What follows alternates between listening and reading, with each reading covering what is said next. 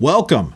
Today we wrap up our month of coverage of our trip to Utah. It was a fantastic time. Now we're going to be looking at the actual ceremony for the 150th anniversary at Promontory Summit. This is Railroad Showcase.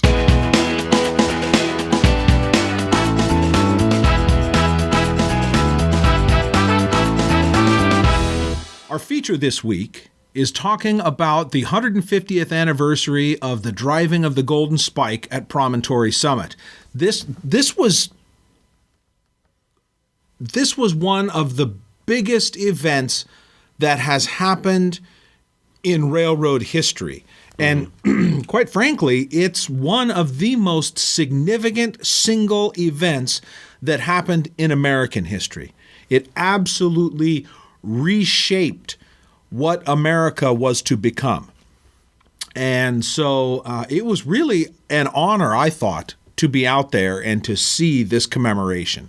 Right. Well, and especially because it wasn't just significant, like you said, for the railroad. I mean, the railroad itself, yes, it altered the landscape of that, but it also altered the landscape of not just the United States, but the world of itself. And that's one of the things that they talked about a little bit during the presentations, is how much it changed the world that we live in today, no matter where you were on the planet. It was a huge event.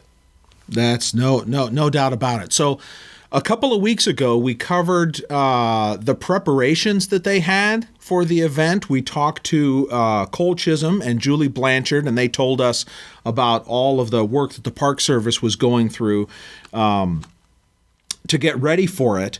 And on the morning, on May 10th, we were privileged to be there a little bit early and went out to the shop. We had a chance to catch the 119 and the Jupiter as they left the shops.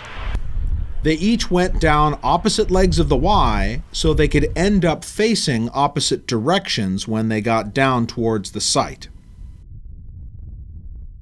It was gratifying to see so many Chinese and Chinese Americans there, since apparently at the Centennial they had pretty much been left out of the conversation.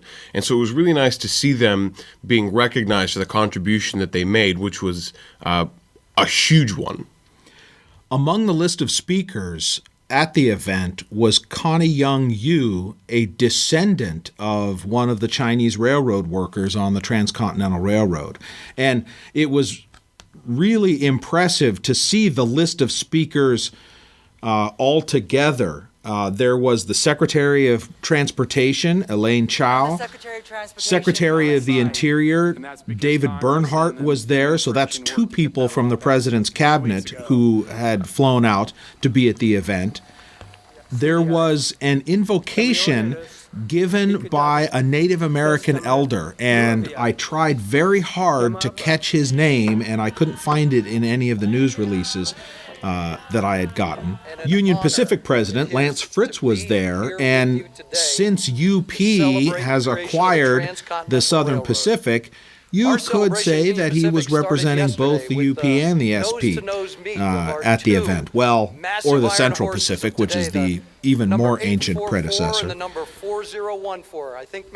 president of the LDS Church, Russell Nelson, was there speaking. The Utah governor was there. The keynote address was given by John Meacham. There was also a recorded video message by China's ambassador to the U.S., and the Irish ambassador to the U.S., Daniel Mulhall, gave a toast. So there was the reenactment itself, which was really well done. There was the driving of the new Copper Spike of Utah, with lots of Utah officials there. They had a really well put together musical number recounting the history that had a mix of both professional stage performers and young children as well. That was really well done. And so afterwards, there were a bunch of different activities, displays, vendors, stagecoaches, teepees, dry goods stores. It was all capped off by a fireworks show and a military flyover. So there were some rail fans that were really kind of disappointed that it wasn't more of a technical event, more directed towards railroading. I have to admit I didn't know what to expect.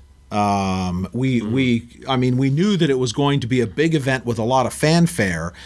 I guess I shouldn't have been surprised that it wasn't a total full-on railroad geek fest, because they were expecting 15,000 people that day.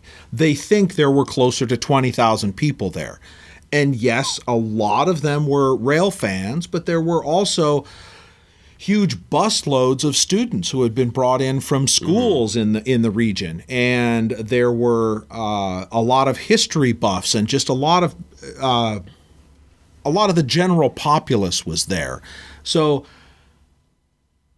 I really appreciated the event once I got my head around the fact that this was not an event that just belonged to rail fans.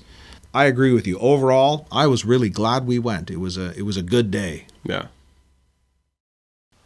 We are so glad you have been here to join us for this. We appreciate your patronage, your viewership. Please remember to like, subscribe, and comment. That's how you can help us to keep going.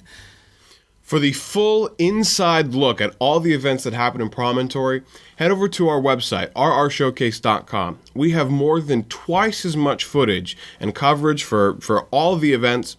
And remember, if you're a Gold Spike member, you get even more than that. Specifically, we're going to be adding a tour of the Union Pacific's museum car, as well as other bonus footage too. So don't miss out on that. All right, thanks for watching, and remember, keep your hand on the throttle and your eye on the rail.